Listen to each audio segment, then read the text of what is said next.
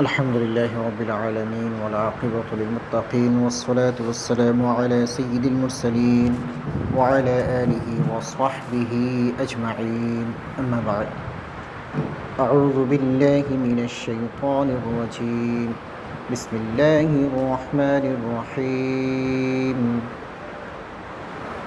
ومن الناس من يقول آمنا بالله فإذا أوذي في الله جعل فتنة الناس كعذاب الله ولئن جاء نصر من ربك ليقولن إنا كنا معكم أوليس الله بأعلم بما في صدور العالمين وليعلمن الله الذين آمنوا وليعلمن المنافقين وقال الذين كفروا للذين آمنوا اتبعوا سبيلنا ولنحمل خطاياكم وما هم بحاملين من خطاياهم من شيء إنهم لكاذبون صدق الله العظيم اللهم صل على محمد وعلى آل محمد كما صليت على إبراهيم وعلى آل إبراهيم إنك حميد مجيد اللهم بارك على محمد وعلى آل محمد كما باركت على إبراهيم وعلى آل إبراهيم إنك حميد مجيد أستغفر الله إن الله غفور رحيم سبحان الله وبحمده سبحان الله العظيم সাপ্তাহিক তাফসীরুল কুরআন মাহফিলে উপস্থিত সম্মানিত মুসল্লিনে کرام আল্লাহ সুবহানাহু ওয়া তাআলা শুকর আদায় করছি যিনি মেহেরবানি করে গরমের দিনে এই সামার সময়ে কোরআনের মহব্বতে আমাদের সকলকে কোরআনের এই মাহফিলে কোরআনের এই দার্সে একসাথে বসার তৌফিক দিয়েছেন। সবাই বলে আলহামদুলিল্লাহ। আমরা যথারীতি দুরুদ এবং সালাম প্রেরণ করি আখির নবী সৈয়দুল মুরসালিন মুহাম্মদুর রাসূলুল্লাহ সাল্লাল্লাহু আলাইহি ওয়াসাল্লামের প্রতি। সম্মানিত হাজিরিন, আজকে তাফসিরের শুরুতেই আমরা পৃথিবীর সমস্ত মানুষের জন্য পৃথিবীবাসীর জন্য আমরা শান্তি কামনা করছি। আমরা প্রত্যেকেই জানি বা অবগত আছি যে মধ্যপ্রাচ্য জুড়ে যুদ্ধের ধামাবা বাজছে। সেখানে আমাদের অনেকের আত্মীয় স্বজন আছে, বসবাস করেন, প্রবাসে থাকেন, অনেক মানুষেরা আছে, অনেক মুসলমানেরা আছে, মুসলিম অমুসলিম নির্বিশেষে অনেক মানুষজন বসবাস করছে। তো যুদ্ধ হলে কিন্তু সকলের ক্ষতির আশঙ্কা থাকে, জানমালের ক্ষতির আশঙ্কা থাকে। তো আমরা আল্লাহ তাআলার কাছে আমরা এই দোয়া করি, আল্লাহ তাআলা যেন পৃথিবীতে শান্তি প্রতিষ্ঠা করেন, শান্তি বজায় রাখেন। যারা যুদ্ধ করছে, যারা বাড়াবাড়ি করছেন, মানুষের প্রতি জুলুম করছে, আল্লাহ তাআলা যেন তাদেরকে হেদায়েত দান করে। আর যদি হেদায়েত নসিব না হয়, আল্লাহ তাআলা তাদেরকে যেন এই পৃথিবীতেই নাস্তানাবুদ করে দেন। পরিশেষে আমরা সকলের জন্যই শান্তি কামনা করছি। অবিলম্বে যুদ্ধ বন্ধ হয়ে সেখানে শান্তি প্রতিষ্ঠা লাভ করুক, আমরা এই দোয়াই করছি। সবাই বলুন আমিন। হাজিরিন, সূরা আল আনকাবুতের তাফসির আমরা শুনছিলাম। ইতিমধ্যে আমরা 9টি আয়াত শেষ করেছি। আজকে 10 নম্বর আয়াত থেকে ইনশাআল্লাহ এই তাফসির হবে যথারীতি। সূরা আনকাবুত একটা ছোট্ট প্রাণীর নাম, মাশাআল্লাহ, মাকড়সা। হ্যাঁ, তো এর নামেই আল্লাহ তাআলা এই সূরা নাজিল করেছেন। এর একটা সিগনিফিকেন্স আছে, একটা মহত্ব আছে। সেটা বলতে পারবেন কি? কেন মাকড়সার নামে সূরা নাজিল করলেন? সাধারণত পৃথিবীতে মানুষেরা ঘর বাড়ি নির্মাণ করে, প্রত্যেক প্রাণীরই ছোটো বড় ঘর বাড়ি আছে না? বসবাসের জন্য, থাকার জন্য, রাত যাপনের জন্য একটা ছোট্ট হলেও একটা কুটির দরকার, একটা বাসা দরকার। তো সবাই বাসা বানায়, মাকড়সাও বাসা বানায়। তো মাকড়সার সেই বাসা হচ্ছে খুবই দুর্বল। দুনিয়াতে যত বাসা বাড়ি তৈরি হয় নিবাসের জন্য, যত কুটির বানানো হয়, তার মাঝে সবচেয়ে দুর্বল কুঠির, সবচেয়ে দুর্বল বাসা হচ্ছে মাকড়সার বাসা, মাকড়সার ঘর। একটু ঝড়ে, একটু বাতাসেই ঘরটা একেবারে নিঃশেষ হয়ে যায়, শেষ হয়ে যায়, থাকে না আর কিছু। তার মানে হলো, যারা আল্লাহকে মানে না, আল্লাহর প্রতি বিশ্বাস রাখে না, এবং এর ভিত্তিতেই তাদের সমস্ত আয়োজন, রচনা, লেখাপড়া, উঠা বসা, তাদের প্ল্যান প্রোগ্রাম যা কিছুই তারা রচনা করে আল্লাহর সাথে শিরকের ভিত্তিতে, এদের সব কাজ, সব বিশ্বাস, সব কিছুই মাকড়সার ঘরের মতো। মানে এত দুর্বল যে পরকালে কোনো কাজে এগুলো আসবে না, একেবারে নিমিষেই শেষ হয়ে যাবে। এই কথাগুলোই আল্লাহ তাআলা কুরআনুল কারীমে এখানে বর্ণনা করেছেন, আমরা এই উপলব্ধিটা বুঝতে পেরেছি। তো যাই হোক, আমরা মাকড়সার ব্যাপারে এই সূরাতে কিছু আলোচনা আছে, সেগুলো সামনে আসবে, আমরা শোনার চেষ্টা করব ইনশাআল্লাহ তাআলা। আল্লাহ রাব্বুল আলামিন, আমরা বিগত সপ্তাহে যে আয়াতগুলো তেলাওয়াত করেছিলাম তার মাঝে সর্বশেষ যে আয়াত ছিল, শেষের আয়াতের আগের আয়াতে এখানে মা বাবার ব্যাপারে কিছু কথা বলেছেন, যে মা বাবার প্রতি কী করা লাগবে, সদাচরণ করা লাগবে। আল্লাহ তাআলা ওয়াসিয়ত করেছেন, পক্ষান্তরে আদেশ করেছেন যে তোমরা তোমাদের মা বাবার প্রতি কী করো, সদাচরণ করো, ভালো ব্যবহার করো, উত্তম আচরণ করো। তো এই ক্ষেত্রে কথা বলার ক্ষেত্রে সদাচরণ করতে হবে, ব্যবহারের ক্ষেত্রে সদাচরণ করতে হবে, তাদেরকে সেবার ক্ষেত্রে, দেখভালের ক্ষেত্রে সদাচরণ করতে হবে। অর্থাৎ মা এবং বাবার কাছে আপনি যখন যাবেন, তাদের যা কিছুর প্রয়োজন হবে প্রতিটি ক্ষেত্রেই তাদের সাথে ভালো ব্যবহার করা, সদাচরণ করা লাগবে। এমনকি তাদের কথাগুলো শোনা লাগবে। আমরা শুনি না এটা? তারা যদি যত বৈধ আদেশ করবেন, আদেশগুলো মানা আমাদের জন্য কি ফরজ।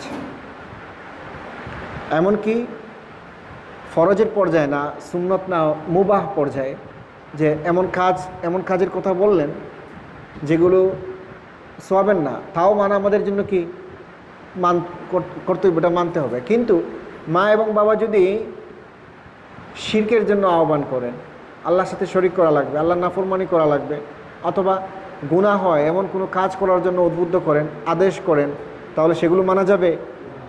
এইগুলো মানা যাবে না। তো এই কথাগুলো আমরা শুনেছি। এর বাহিরে মা এবং বাবার প্রতি সদাচরণ করতে হবে, তাদের খেদমত করা লাগবে। যাদের যেভাবে সুযোগ আছে, আপনি প্রবাসে আছেন, টাকা পয়সা কামাই করেন, আপনি টাকা দিয়ে খেদমত করবেন। যিনি মা এবং বাবার কাছে আছে, টাকা পয়সা নাই, তিনি খেদমত করবেন, ফিজিক্যালি খেদমত করবেন, তাদের দেখভাল করবেন, এভাবে করে তারা খেদমত আঞ্জাম দিবেন। তো যাই হোক, এর শেষের দিকে একটা কথা আমরা বুঝেছি যে কারো মা এবং বাবা যদি অমুসলিম হন, তাহলে আপনি মুসলিম কিন্তু মা বাবা অমুসলিম, অথবা কোনো একজন মুসলিম, তখন কি তাকে ফেলে দিবেননি? মা বাবাকে দূরে ঠেলে দিবেন না। সমানভাবে আপনি মুসলমান হওয়ার পরে যেমন তাদের খেদমত করতেন, তাদের দায়িত্ব পালন করতেন, তিনি যদি অমুসলিম হন ঠিক একইভাবে তার দায়িত্ব, তার ভরণ পোষণ সম্পূর্ণ আপনাকে বহন করতে হবে। তাদের সাথে খারাপ আচরণ করা যাবে না। তিনি যদি শিরকের কথা বলেন সেটা আপনি মানবেন না, কিন্তু খারাপ আচরণ করা যাবে না। এখন একটা প্রশ্ন হলো, মা এবং বাবা হচ্ছে সকলের আপনজন। পৃথিবীতে মার চেয়ে আপনার কে হতে পারে? হয় নাকি কেউ? বন্ধু হয় নাকি আপন বাবার চেয়ে? তো তারা যদি কেউ অমুসলিম হয়, কিয়ামতের দিন আল্লাহ রাসূল বলেছেন, আলমার উমান মান মামান আহাব্বা, যে যাকে পৃথিবীতে যে বেশি মহব্বত করে তার সাথে কিয়ামতে সে থাকবে, বা তার সাথে হাসর হবে, কিয়ামত হবে। এখন মা এবং বাবাকে এত মহব্বত করেন, কিন্তু তারা যদি অমুসলিম হন, আর প্রশ্ন হলো, সে কিয়ামতে কি সেই অমুসলিম মা বাবার সাথে কি আপনার থাকতে হবে না? আল্লাহ রাব্বুল আলামিন এই সর্বশেষ আয়াতেই যেটা বলেছেন, ওয়াল্লাযিনা আমানু ওয়া আমিলুস সালিহাত লানুদখিলান্নাহুম ফিস সালিহিন, যারা ঈমান আনে, আমল সালেহ করে, কিয়ামতের দিন তারা সালিহিনদের সাথেই থাকবে, নেককারদের সাথে থাকবে। আল্লাহ তাআলার এই কথার মধ্য দিয়ে আমরা বুঝলাম যারা আল্লাহরে মানেই না, বিশ্বাস নেই আল্লাহর প্রতি, আমলে সালেহ নাই, তারা তো নেককারই না। তো এমন মা বাবা যদি হন, কিয়ামতের দিন তারা মুমিনদের দলে থাকবে না। কার দলে থাকবে না? মুমিনদের দলে, নেককারদের দলে, সালিহিনদের দলে তারা থাকবে না। তারা আপনি খুঁজে পাবেনই না। দুনিয়াতে আছেন কিন্তু আখেরাতে তারা মুশরিক, যারা মুশরিকদের দলে তারা শামিল হয়ে যাবে। কাজেই আমরা যারা এখানে আছি, আমরা যেন আমাদের মা বাবার প্রতি সদাচরণ করি, তাদের খোঁজখবর রাখি, তাদের খেদমত করি। আর যাদের মা বাবা ইন্তেকাল করেছেন, দায়িত্ব কিন্তু শেষ না। দুনিয়াতে তাদের যদি কোনো ঋণ থাকে, পাওনাদার থাকে, এই ঋণগুলো খুঁজে খুঁজে আমরা আদায় করার চেষ্টা করব।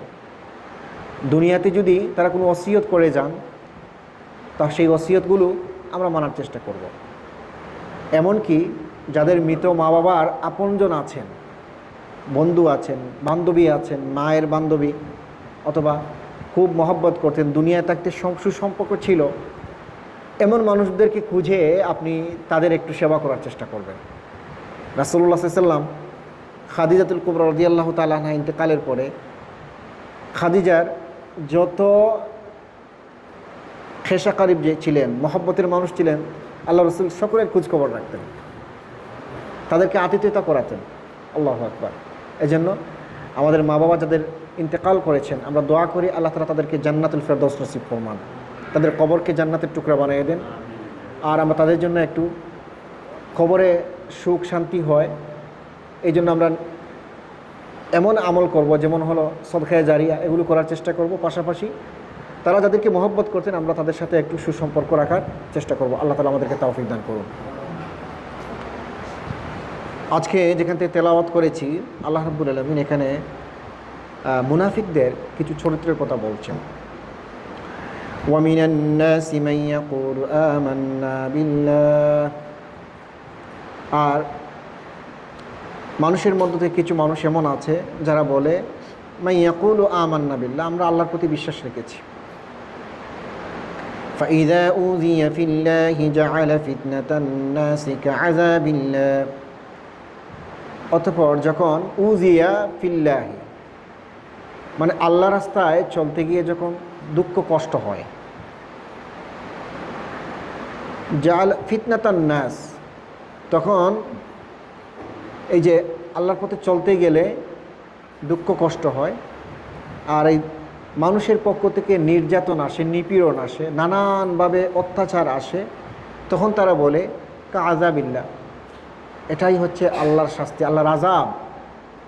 তার মানে হলো এমন কিছু মানুষ আছে যারা বলে আমরা আল্লাহর প্রতি বিশ্বাস রেখেছি, এবং এই বিশ্বাসের আলোকে যখন দ্বীনের জন্য কাজ করতে যায়, দ্বীনের জন্য কাজ করে, ইসলামের জন্য, ইসলামের হুকুমগুলো মানার চেষ্টা করে, নামাজ পড়া লাগবে। নামাজ পড়া কি যারা কাজ করেন তাদের জন্য একটু কঠিন বিষয়, তাই না? কাজের ফাঁকে ফাঁকে নামাজ আদায় করতে হয়।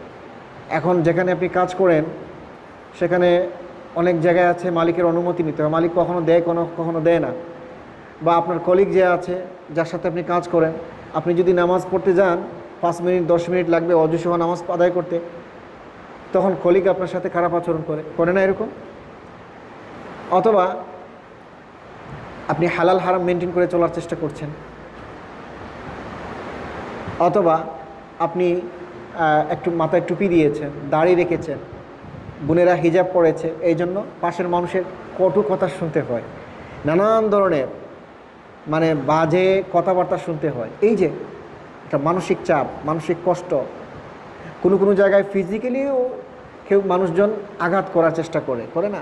যে আপনি যখন দেখে আপনি হালালভাবে চলার চেষ্টা করছেন, ইসলামের উপরে থাকার চেষ্টা করছেন, নামাজ পড়ছেন, রোজা রাখছেন, তখন অনেক জায়গায় মানুষজন হাতও ওঠায়, হ্যাঁ ওঠায় না? তো এই জন্য এইরকম কষ্ট দেখে তখন এই জাতীয় কষ্ট যদি হয়, তখন মুনাফিকেরা বলে মানুষ যে আমার কষ্ট দিচ্ছে এটা আসলে আল্লাহর পক্ষ থেকে আযাব হিসাবে এসেছে, আমি তো ভুল করেছি। এমন দিন, এমন আমল করার যদি নাই করতাম তাহলে মানুষ আমার কষ্ট দিত না। এই দিন যদি আমি অনুসরণ না করতাম ইসলাম যদি না মানতাম তাহলে কত সুন্দর জীবন হতো, সোনায় সোহাগা হয়ে যেত, মানুষজন আমার এই কষ্ট দিত না, নানানভাবে আমি কষ্ট পাইতাম না। তো এই কথাগুলো কারা বলে তখন?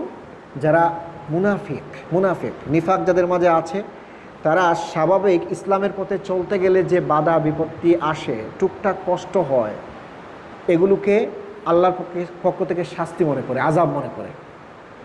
আর যারা প্রকৃত অর্থে মুমিন মুসলিম, তারা মনে করে যে আল্লাহর পক্ষ থেকে এই যে আমার জন্য কষ্ট আসছে,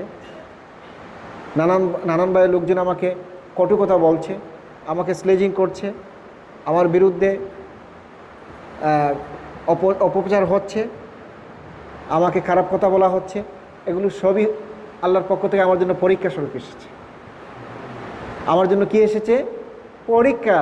আল্লাহ দেখতে চান যে এই জুলুমের বিনিময়ে, এই অত্যাচারের বিনিময়ে আমি সবর করি কিনা। তখন সে তার ইমানটা আরও মজবুত হয় এবং ইমানের উপরে আরও বেশি অটল থাকে।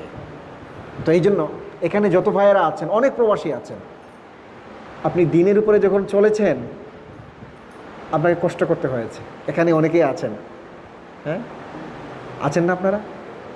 গত রোজার মাসে একজন ভাই বলছিলেন যে উনি সারাদিন রোজা রেখে কাজের জায়গায় গিয়েছেন, ইফতার করবেন, একটা খেজুর হাতে নিয়েছেন।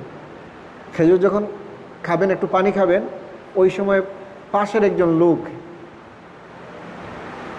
সেও প্রবাসী, সেও কাজে গিয়েছে, কটু কথা বলে বসছে।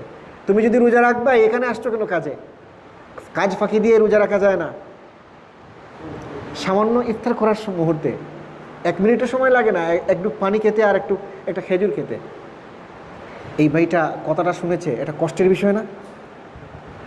তো এখন যে তিনি মনে করলেন যে আমি কষ্ট পেয়েছি, লোকটা আমার এত বাজে কথা বলেছে, না আমি রোজা রাখবই না, ইসলামের উপর থাকবই না, ইসলামের উপর থাকলেই কষ্ট করতে হয়, তাহলে এটা হবে না। এটা হবে মুনাফিকের আলামত, এটা মুনাফিকের চরিত্র। আর আপনি যদি মনে করেন ভাই তুমি আমার যতই বকো, মালিক যতই আমার কষ্ট থেকে আমি রোজা রাখবই, কাজ চলে গেলে চলে যাক, আরেকটা কাজ আল্লাহ তাআলা আমার ব্যবস্থা করে দেবে। এটা হচ্ছে মজবুত ইমানদারের লক্ষণ। এইরকম ইমান আল্লাহ তাআলা যেন আমাদের সবাইকে দান করেন। এবং এই জাতীয় কাজ করতে গিয়ে যে বাধা বিপত্তি, দিনের উপরে থাকতে বাধা বিপত্তি আসবে, মানুষের কথা শুনতে হবে, মানুষের নানান অপপ্রচার আপনার বিরুদ্ধে করা হবে, এগুলো আপনি সহ্য করে যাবেন। নবী রাসূলরা এগুলো সহ্য করেছেন, সাহাবায়ে কেরামগণ সহ্য করেছেন, যুগে যুগে নবী রাসূলদের উম্মতেরা এটা সহ্য করেছে। ঈমান আছে মানেই আপনার জন্য আপনার চলার পথ কিন্তু কুসুমস্তীর্ণ নয়, ফুলের বিছানা আপনার জন্য অপেক্ষা করবে না, আপনার পক্ষে বাধা আসবে, আপনার কণ্ঠকাঠিন্য থাকবে, পথে কাঁটা থাকবে, এই কাঁটার মধ্য দিয়ে আপনাকে যেতে হবে।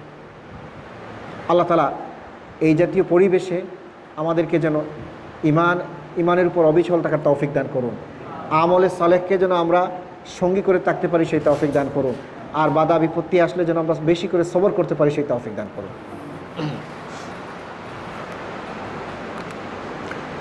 وَلَئِنْ جَاءَ نَصْرٌ مِّن رَّبِّكَ لَيَقُولُنَّ إِنَّا كُنَّا مَعَكُمْ। এরপর আল্লাহ তাআলা বলছেন, আর যখন তোমার রবের পক্ষ থেকে সাহায্য আসে, জাআ নাসরুম মির রাব্বিকা, তোমার রবের পক্ষ থেকে সাহায্য আসে, লা ইয়াকুলুন্না, তখন তারা নিশ্চিতভাবে বলে, ইন্না কুন্না মাআকুম, আমরা তো তোমাদের সাথেই ছিলাম। মানে ভালো হলে বলে আমরা তো পাক্কা মুসলমান, পাক্কা মুমিন, জয়ী হলে বলে আমরা তো তোমাদের সাথেই ছিলাম। আর যখন খারাপ কিছু হয়, না না না না, দিন এভাবে এই দেশে মানা যায় না, এই দেশে আবার সুন্নাতের চিন্তা করেন কি, এই দেশে আবার টুকটাক হোক, ঠিক আছে, বছরে 1বার করলাম 2বার করলাম, সারাক্ষণ করতে হবে, সারাক্ষণ ভালো নিয়ে চিন্তা করতে হবে, এটার দরকার নাই। আসছি এটা পাশ্চাত্য জগতে, এখানকার পরিবেশের সাথে মানিয়ে নিতে হবে, এমনটাই অনেকেই বলে না। আর যদি পরিবেশ ভালো পায় তখন বলে না না না না, এটা করার দরকার, আমি তোমাদের সাথেই আছি। রাসূলুল্লাহ সাল্লাল্লাহু আলাইহি ওয়াসাল্লামের বিভিন্ন ছিল, আপনার জিহাদ ছিল, যুদ্ধ ছিল, সেখানে গিয়েছেন সাহাবায়ে কেরাম সহ। যাওয়ার সময় কিছু লোক পিছু টানছিল যে না জানি কিছু হারিয়ে ফেলতে হবে কিনা, জানমালের ক্ষতি হয় কিনা। কিন্তু যখন জয়ী হয়েছেন, গনিমতের মাল এসেছে, তখন বলে হ্যাঁ আমরা তো আপনাদের সাথেই ছিলাম, আপনারা কি বাহাদুরের সাথে লড়াই করেছেন, আর আপনাদের এই লড়াইয়ের কারণেই তো আজকে বিজয় হয়েছে, আমরাও তো আপনাদের সাথে লড়াই করেছি। এই কাজগুলো হচ্ছে মুনাফিকের লক্ষণ। আল্লাহ তাআলা আমাদেরকে হেফাজত করুন। আওয়ালাইসাল্লাহু বিআ'লামা বিমা ফি সুদুরিল আলামিন, আল্লাহ তাআলা বলছেন যে আল্লাহ তাআলা কি জানেন না, বিআ'লামা বিমা ফি সুদুরিল আলামিন, যে বিশ্ববাসীর অন্তরে কি আছে, মানুষের অন্তরে কি আছে, তার অন্তর কি চিন্তা করে, এটা কি আল্লাহ জানা নাই? আল্লাহ অবশ্যই এই ব্যাপারে অবগত আছেন। ওয়ালা ইয়া'লামান্নাল্লাহুল্লাযীনা আমানু ওয়ালা ইয়া'লামান্নাল মুনাফিকিন।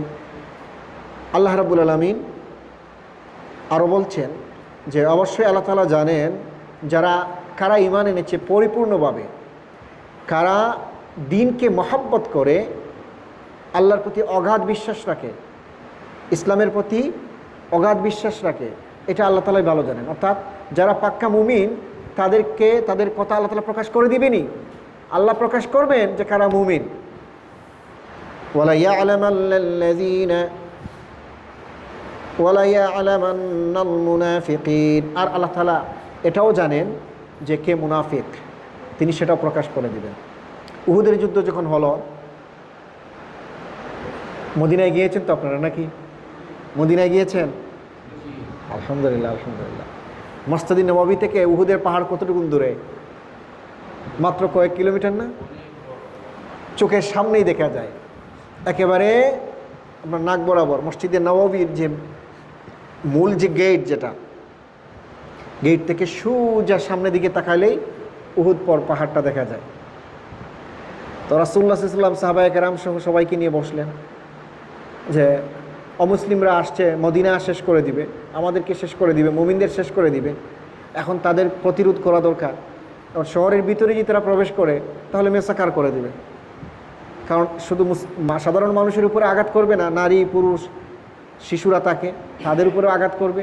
তো তাদের নিরাপত্তার জন্য আমরা মদিনার বাহিরে গিয়ে তাদেরকে বাধা দিব, মদিনা শহরের বাহিরে গিয়ে, সীমানার বাইরে উহুদের গিয়ে আমরা তাদেরকে প্রোটেক্ট করব, বাধা দিব, তাদেরকে প্রতিরোধ করব।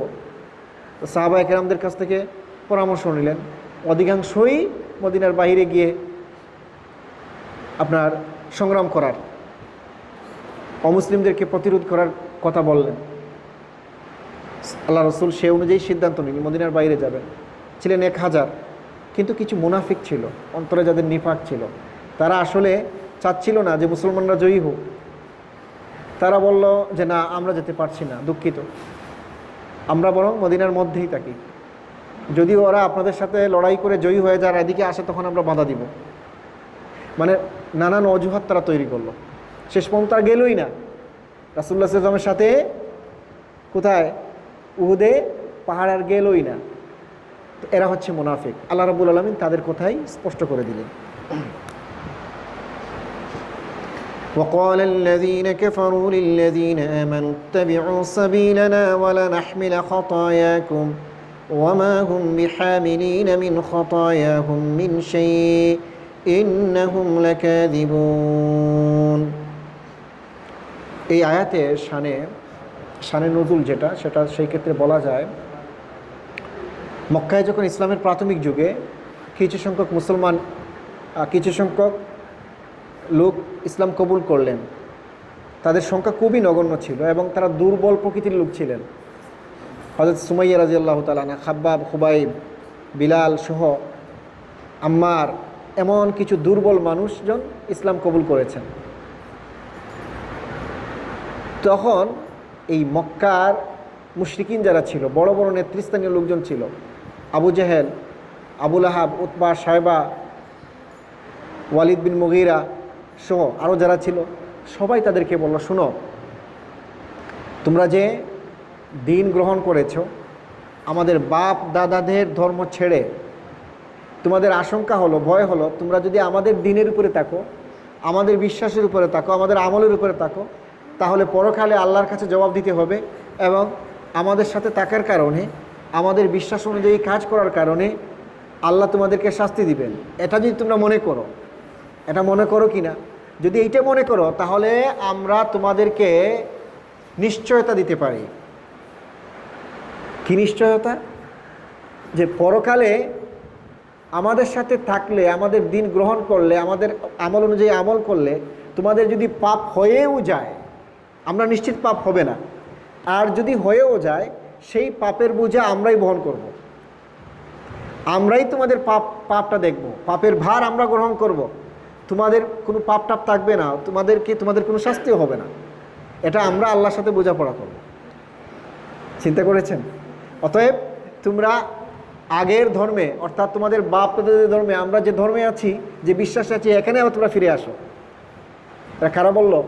মক্কার মুশরিকিন সর্দার যারা ছিল, উতবা, সাহেবা, আবু জাহেল, আবুল আহাব, ওয়ালিদ বিন মুগীরা সহ আরও যারা ছিল, তারা একথাটাই বলল। তো আল্লাহ রাব্বুল আলামিন এরই প্রেক্ষিতে কোরআনুল কারীমের এই আয়াত নাজিল করেছেন। আল্লাহ তাআলা বলছেন, ওয়াকাল আল্লাযিনা কাফারু লিল্লাযিনা আমানু, কাফেররা মুমিনদেরকে বলল, ইত্তাবিউস সাবিলানা, তোমরা আমাদের পথকে, আমাদের ধর্মকে অনুসরণ করো। ইত্তাবিউ মানে কি? তাবি আয়াত তাবিউ, অনুসরণ করা। আর সাবিলানা মানে আমাদের পথ। সাবিলুন মানে কি? পথ। আর না মানে আমাদের, মানে তোমরা আমাদের পথকে অনুসরণ করো, মানে আমাদের জীবন ব্যবস্থাকে অনুসরণ করো, আমাদের বাপ দাদাদের রেখে যাওয়া ধর্মতে তোমরা ফিরে আসো। ওয়াল নাহমিল খাতায়াকুম, আর যদি তোমরা আমাদের ধর্মকে অনুসরণ করো তাহলে তোমাদের যত পাপ হবে এই পাপগুলোকে আমরাই বহন করব কিয়ামতের দিন। এর দায়ভার আমাদের ঘাড়ে। তোমাদের এই ব্যাপারে কোনো চিন্তা করা লাগবে না, তোমরা যা করার করো। যদি পাপ হয়ে যায়, পাপ তো হবে না, আর যদি হয়ে যায় এটা আমরা দেখব, আমরাই তোমাদের পাপগুলো বহন করব। হামিলা ইয়াহমালু মানে বহন করা। ওয়ামা হুম বিহামিলিনা মিন খাতায়াহুম মিন শাইইন ইন্নাহুম লাকাযিবুন। আল্লাহ তাআলা বলছেন, ওয়ামা হুম বিহামিলিনা মিন খাতায়াহুম, তাদের মানে এই অমুসলিমরা যাদের উদ্দেশ্যে কথাগুলো বলেছেন, তাদের পাপগুলোকে তারা বহন করতে পারবে না। তাদের যে পাপ তারা করবে এর বিন্দুমাত্র তারা সেই পাপ গ্রহণ করতে পারবে না, সেই বোঝা বহন করতে পারবে না। কেননা অনেক জায়গায় আল্লাহ তাআলা বলেছেন, ওয়ালা তাজিরু ওয়াজিরাতুম উজরা উখরা, যে কিয়ামতের দিন প্রত্যেকেই যার যার বোঝা বহন করে চলবে। একজনের বোঝা আরেকজনের ঘাড়ে চাপাবেন না আল্লাহ, আপনারটা আপনিই রাখবেন, ওনারটা উনিই রাখবে। যার যেমন পাপ আছে পাপটা তিনি সেভাবে বহন করে যাবেন, কারো পাপ কারো উপরে চাপিয়ে দেওয়া যাবে না। তবে একটা বিখ্যাত হাদিস এসেছে, মুফলিসের হাদিস জানেন তো? হাদিসে মুফলিস এমন ব্যক্তি, যে ব্যক্তি দুনিয়াতে অনেক ভালো আমল আছে। কি আছে? নেক আমল আছে ভরপুর, নামাজে সে পাক্কা, রোজাও তার সুন্দর হয়েছে, যাকাত একেবারে খরচ করে মানে হিসাব করেই দেয়, তারপরে কি হজও ঠিকঠাক মতো করেছে, মানুষের উপকারও করেছে অনেক কিছু, অনেক সুন্দর সুন্দর আমল নিয়ে সে আল্লাহর দরবারে হাজির হয়েছে। কিন্তু সে কাউকে গালি দিয়েছে, কারোর সাথে ঝগড়া করেছে, কাউকে মেরেছে, কারো জমি জবরদখল করেছে, কারো অধিকার নষ্ট করেছে, এমন মানুষ আছে না? তো সেই ব্যক্তিকে হাজির করা হবে, এবং যত পাওনাদার আছে যারা তার কাছ থেকে নির্যাতনের শিকার হয়েছে, নিপীড়নের শিকার হয়েছে, যারা তাদের হককে ওই লোকটা ছিনিয়ে নিয়েছে, এমন ব্যক্তিকে হাজির করা হবে। তখন বলা হবে, তোমার সাথে তার লেনদেন আছে, পাওনা আছে, তুমি তার লাথি মেরেছিলে, ওইটা দিয়ে দাও আজকে। তখন কি লাথির বদলা লাথি চলবে নি? টাকাও তো নাই, টাকা দেওয়ার মতো টাকা আছে না। তখন মানুষের পুঁজিটা কি জানেন? জি, মাশাআল্লাহ, মানুষের মূল পুঁজিটা হলো নেকি, মানুষের কামাই, যেটা নেক আমল করে যাচ্ছে দুনিয়াতে, এটা হলো মূল পুঁজি। এখন ভর্তুকি দিতে হবে, কম্পনসেশন দিতে হবে।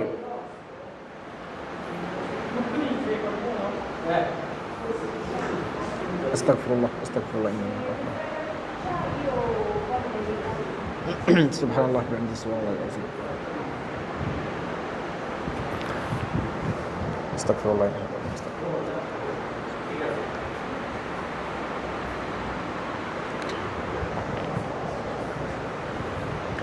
এখন আল্লাহর বান্দা যাকে গালি দিয়েছে, গালির বিনিময়ে ওই জায়গায় বিনিময়টা দিতে হবে, নেকি দিয়ে দিবে। কাউকে লাথি মেরেছে, লাথির বিনিময়টা নেকি দিয়ে দিবে।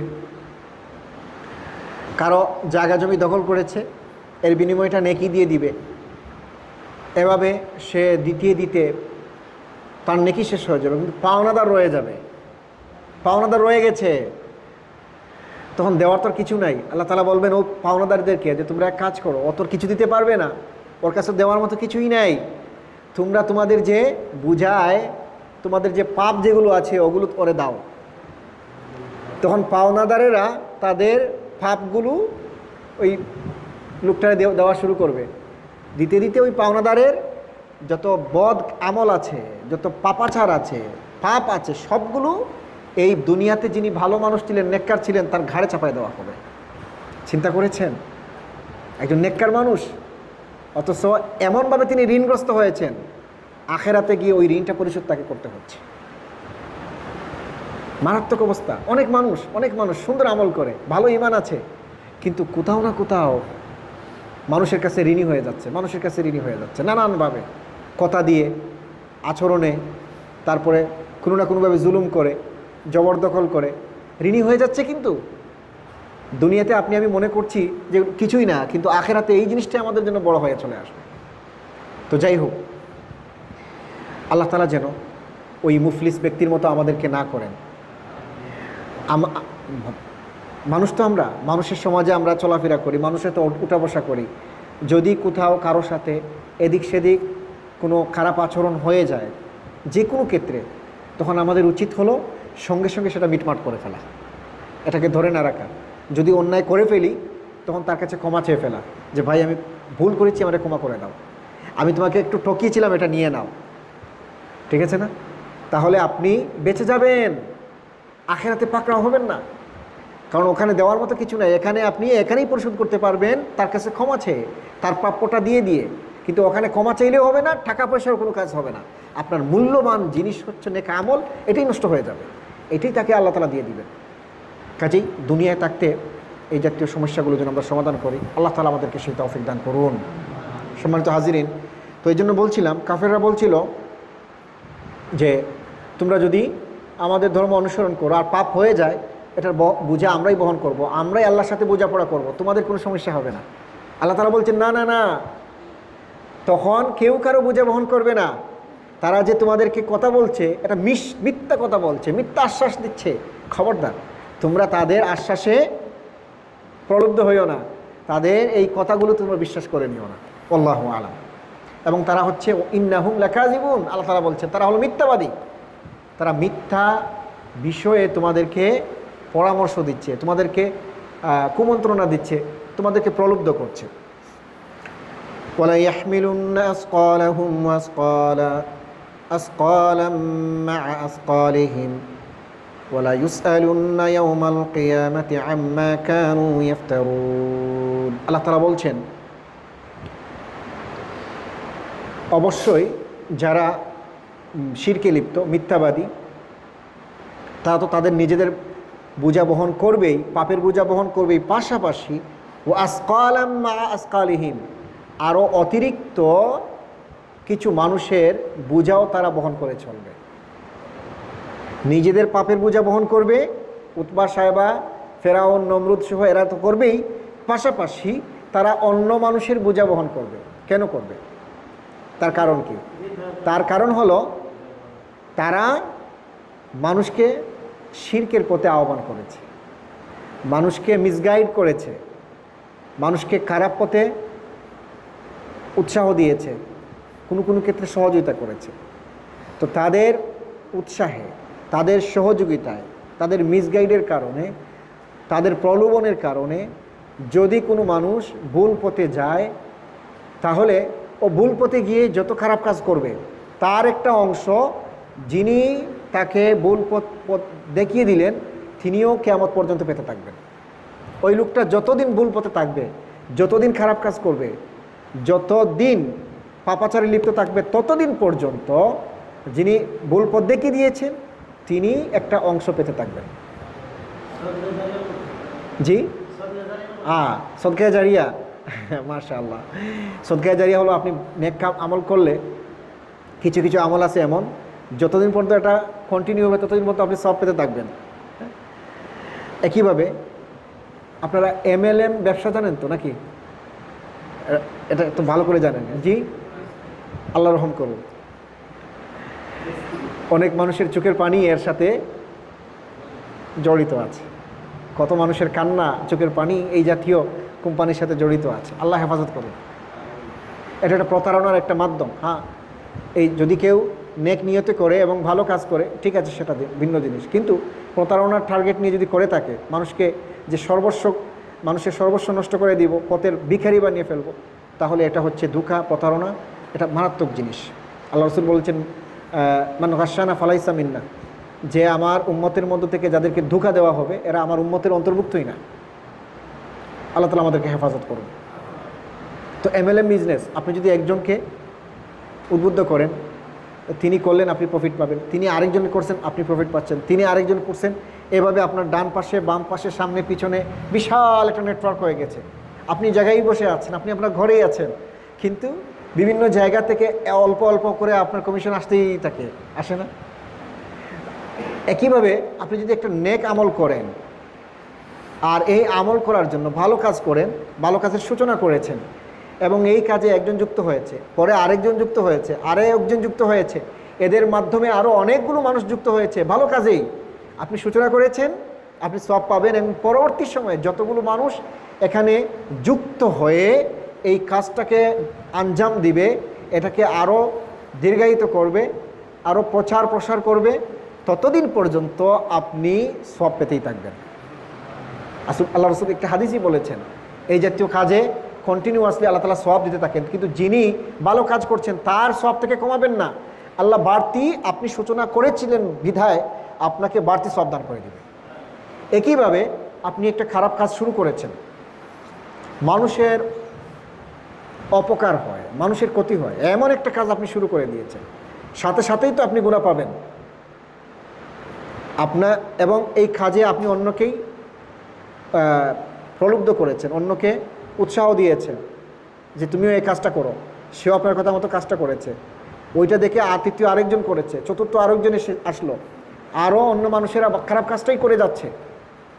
যতদিন এটা থাকবে, ওই লোকগুলো খারাপ কাজ করলে তাদের তো আমলে পাপ তো যুক্ত হবেই, পাশাপাশি ওরা যে খারাপ কাজে আমল করছে, ওই পাপ থেকে যিনি শুরু করেছিলেন তার আমলের মধ্যে একটা পাপ যুক্ত হয়ে যাবে। MLM ব্যবসার মতো। সাবধান, সাবধান, কখনো খারাপ কাজে শুরু করবেন না। আর শুরু করলেও যেন অন্যকে আপনি উৎসাহ না দেন, সঙ্গে সঙ্গে তাওবা করবেন যে আল্লাহ, পাপ কাজ করে ফেলেছি, আর আমার এই জাতীয় পাপ কাজে আর কোনো মানুষ যেন শরীক না হয়, না হলে সব বরবাদ হয়ে যাবে, সব বরবাদ হয়ে যাবে। রাসূলুল্লাহ সাল্লাল্লাহু আলাইহি ওয়াসাল্লাম বলেছেন, একটি হাদিসে এসেছে, পৃথিবীতে প্রথম হত্যাকাণ্ড কবে হয়েছিল জানেন? আদম আলাইহিস সালামের সন্তানের। তো আদম আলাইহিস সালামের দুই সন্তানের মাঝে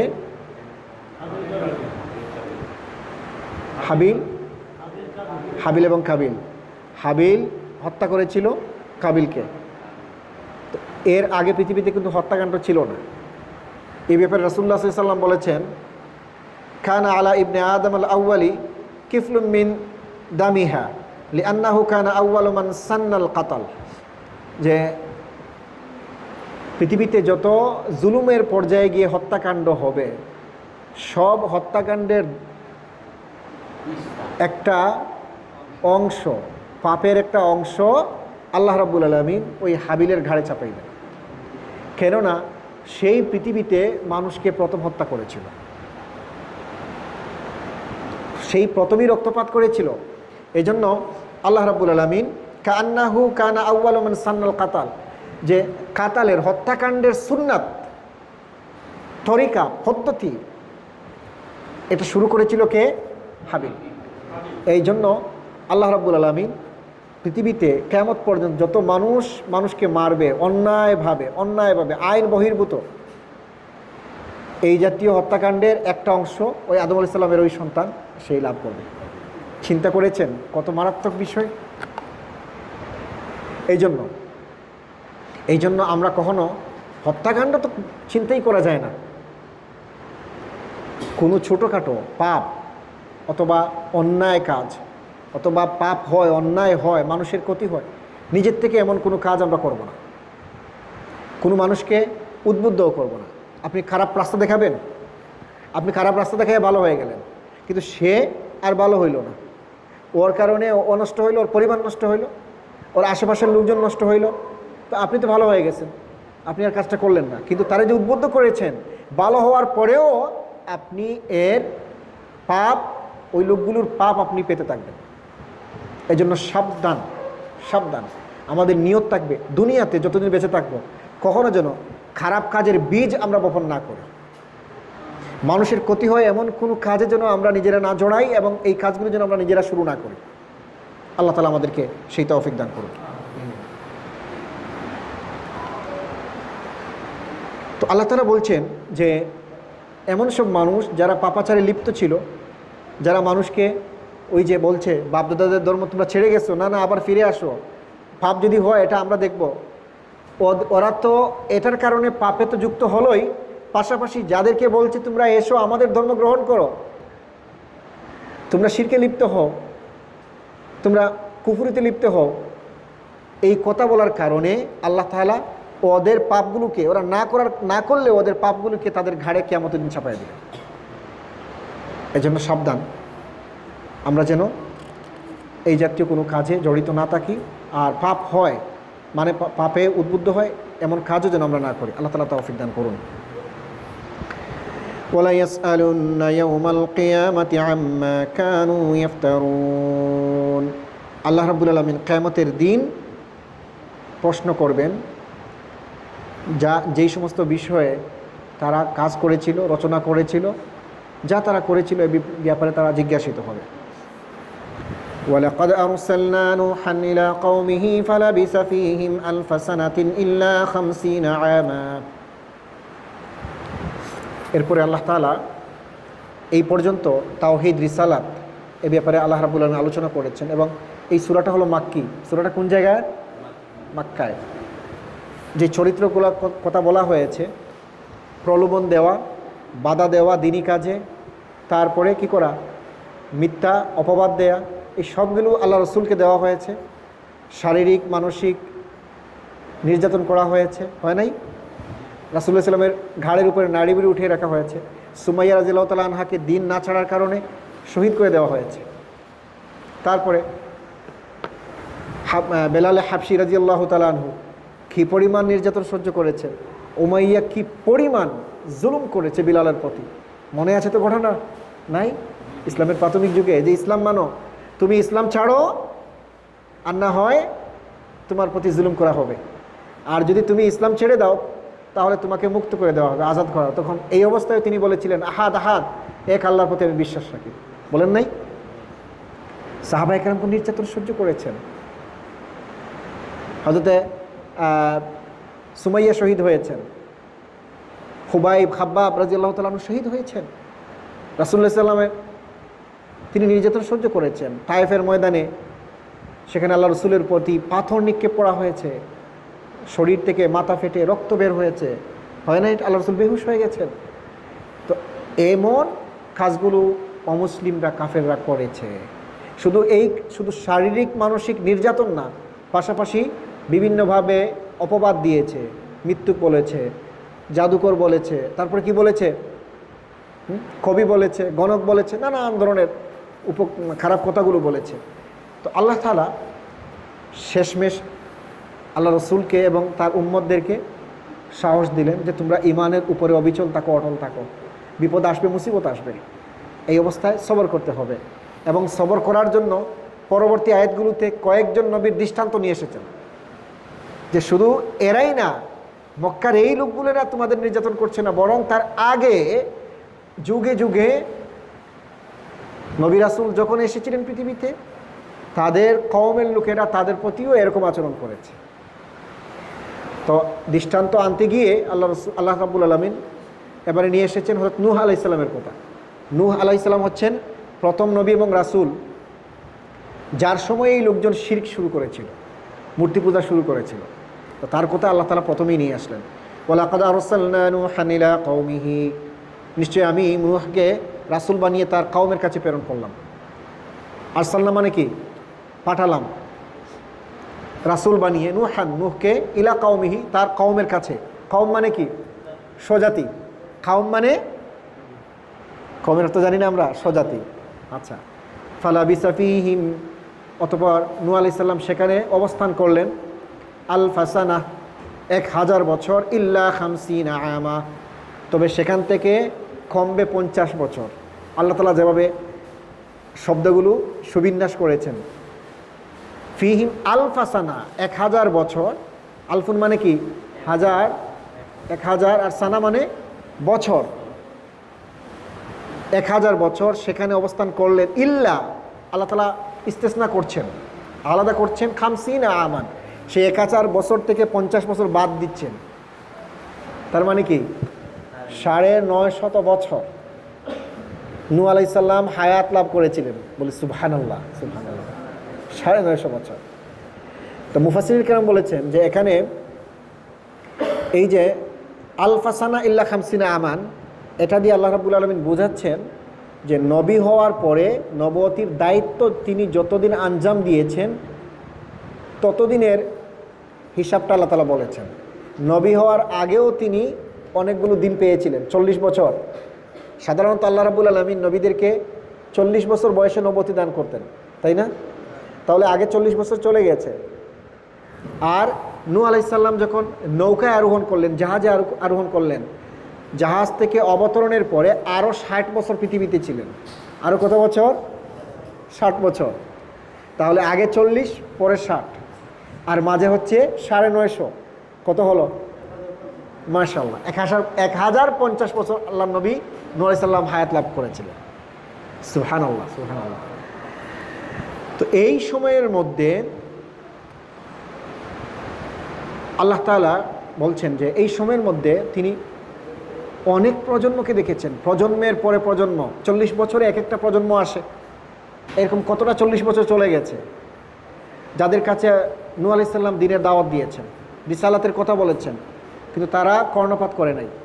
উপরন্ত নূহ আলাইহিস সালামের কথাকে তারা ডিনাই করেছে, তাকে প্রত্যাহার করেছে এবং তার প্রতি বিভিন্নভাবে জুলুম করেছে, নির্যাতন করেছে। প্রত্যেকটা কওমের কাছে তিনি দাওয়াত দিয়েছেন। দিন শেষে তিনি 40 বছরে এক একটা কওম যায়, এক একটা আপনার জেনারেশন যায়। এখন 1000 বছর পর্যন্ত দাওয়াতে দিলেন, কেউই কথা শুনে না। আপনার কেমন লাগবে?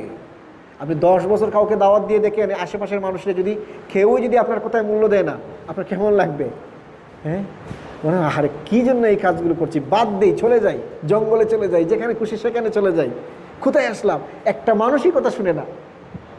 নূহ আলাইহিস সালাম কিন্তু দায়িত্ব ফেলে রেখে যান নাই, চলে গেছেন। মানুক না মানুক আমি দ্বীনের দাওয়াত দিব, ইসলামের কথা বলবো, এক আল্লাহর কথা বলবো, হকের কথা বলবো, ন্যায়ের কথা বলবো, মানুষের উপকার হয় এমন কথা বলেই যাব। কেউ মানুক না মানুক তাতে কিচ্ছু যায় আসে না। জেনারেশন আফটার জেনারেশন, 50 বছর, 100 বছর, 200 বছর, 300, 400, 500, 600, 1000 বছর এরকম চলে গেছে।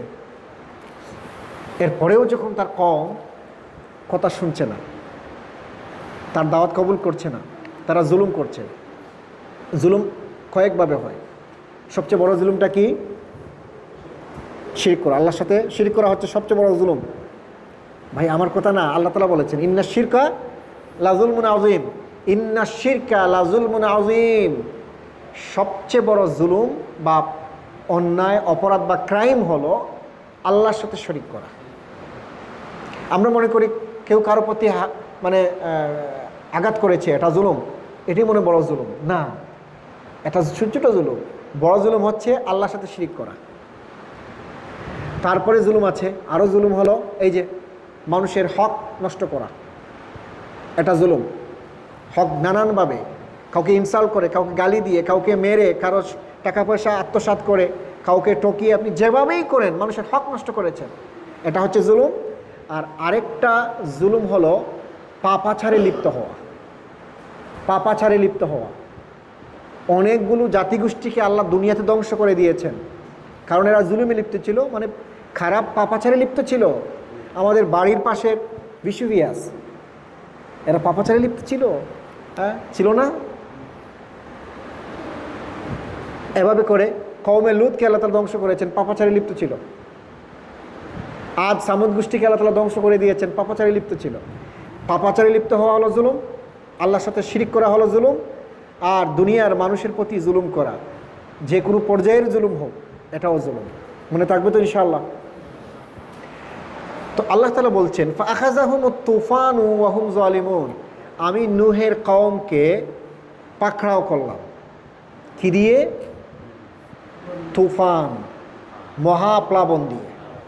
মহাপ্লাবন দিয়ে আমি নূহের কওমকে পাকড়াও করেছি, তাদেরকে ধ্বংস করেছি। এবং এমনি এমনি ধ্বংস করি নাই, বরং ওয়া হুম যালিমুন, তারা জালেম ছিল, তারা পাপাচারী ছিল, এই জন্য আমি তাদেরকে ধ্বংস করে দিয়েছি। বিস্তারিত আলোচনা এখানে আসেনি, আমরা এই ঘটনাগুলো অনেক শুনেছি, এই জন্য ওইদিকে যাব না। কুরআনুল কারীমে যতটুকু আছে এখানে আমরা ততটুকু আলোচনা করার চেষ্টা করি, ইনশাআল্লাহ শেষ করে নেব। ফাআনজাইনাহু ওয়াসহাবাস সাফিনাতি ওয়াজআলনাহা আয়াতাল লিল আলামিন।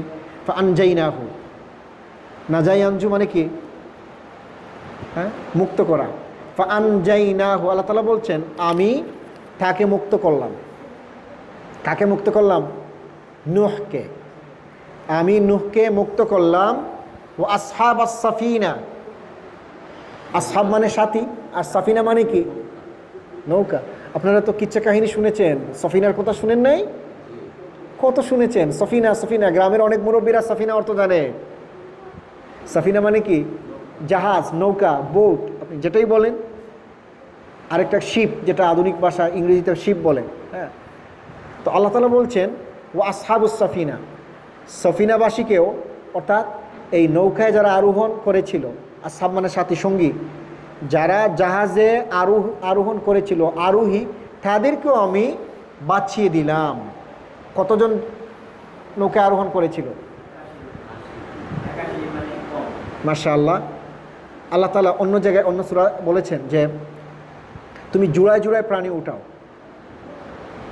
মানে জোড়ায় জোড়ায় প্রাণী। গাভী হলে একটা ষাঁড়, একটা গাভী, একটা ছাগল, একটা ছাগি, এই জাতীয়। হ্যাঁ, পুরুষ এবং নারী, এভাবে কি জোড়ায় জোড়ায় তিনি পশু পাখি উঠালেন। আর যারা বিশ্বাসী ছিলেন, যারা নূহ আলাইহিস সালামের প্রতি বিশ্বাস রেখেছিলেন, এমন মানুষজনও সেখানে ছিল। সব মিলিয়ে 80 জন 81 জন এরকমই ছিল। তো আল্লাহ তাআলা যারা বিশ্বাস রেখে সফিনায় নৌকায় আরোহণ করেছিলেন, তাদেরকে তিনি বাঁচিয়ে দিলেন। আনজাইনাহু মানে বাঁচিয়ে দেওয়া। ওয়াজআলনাহা আয়াতাল লিল আলামিন, আল্লাহ তাআলা বলছেন ওয়াজআলনাহা, আমি এটাকে বানালাম, আয়াত মানে নিদর্শন, লিল আলামিন বিশ্ববাসীর জন্য। কোনটাকে? ওয়াজআলনাহা আয়াতান লিল আলামিন, আমি তাকে বিশ্ববাসীর জন্য নিদর্শন বানালাম। যারা গ্রামার বুঝেন, আরবি বলতে পারবেন। ওয়াজআলনাহা, হার মার্জা হচ্ছে কে? নূহ আলাইহিস সালাম নাকি নৌকা? হা আসে, হা আলিফ জবর হা, এটা আসে স্ত্রীলিঙ্গের জন্য। কার জন্য? স্ত্রীলিঙ্গের জন্য। তো এখানে এই যে আগের যে শব্দগুলো যেগুলো আছে, ফানজাইনাহু ওয়া আসহাবাস সাফিনা, এই জায়গার মাঝে সাফিনা হচ্ছে স্ত্রীলিঙ্গ, কারণ ওয়ার্ডের শেষে গুল তা থাকলে এটা হচ্ছে স্ত্রীলিঙ্গ। বুঝতে পেরেছেন? গুল তা, তার মানে এই নৌকা, এই নৌকা বা এই জাহাজ বা এই শিপকে আমি নিদর্শন বানিয়েছি। কার জন্য? বিশ্ববাসীর জন্য। এটা কেমনে নিদর্শন? এটার অনেক ব্যাখ্যা আছে। কারণ নৌকা নূহ আলাইহিস সালাম কখন বানিয়েছেন? আচ্ছা, নূহ আলাইহিস সালাম কোথায় আসছিলেন? তার ভূমি কোথায় ছিল বলেন? ইরাকে। আমি বলেছিলাম, আপনারা মনে হয় ভুলে গেছেন, যাই হোক আবার স্মরণ করে দিচ্ছি। ইরাকে তিনি এসেছিলেন, ইরাক। তো সেই ইরাকের একটা প্রত্যন্ত অঞ্চলে তিনি ছিলেন, যেখানে শুকনা জায়গা, কোনো পানি ছিল না, কমে মরুভূমি। তো সেখানে তিনি যখন নৌকা বানানো শুরু করলেন, তার লোকজন, এলাকার মানুষজন এমনিতেই তাকে একটু ঠিটকারি করতো, আর কি বলে, উপহাস করা, তাই না, বিদ্রুপ করা। আরও কোনো শব্দ আছে? মানুষকে বিদ্রুপ করে, হ্যাঁ, পানি নাই আর কি বানাচ্ছে একটা, দেখো কত বড় পাগল বুকা, এটা কি করবে, এক আল্লাহর কথা বলে আর এখন আরেকটা জিনিস বানাচ্ছে। এভাবে করে যারা বিদ্রুপ করেছে, নূহ আলাইহিস সালামের পরে বানিয়েছেন নৌকা, এবং সেই নৌকা ছিল শুকনা জায়গায়। যখন নৌকা বানানো শেষ হলো তখন তুফান শুরু হয়ে গেল, বন্যা শুরু হয়ে গেল, এবং আপনার চুলা ফেটে, নূহ আলাইহিস সালামের ঘরের চুলা ফেটে সর্বপ্রথম পানি বের হয়েছিল।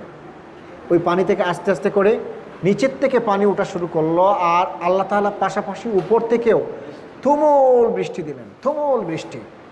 বৃষ্টির কারণে প্লাবন হয়ে গেল, মহাপ্লাবন।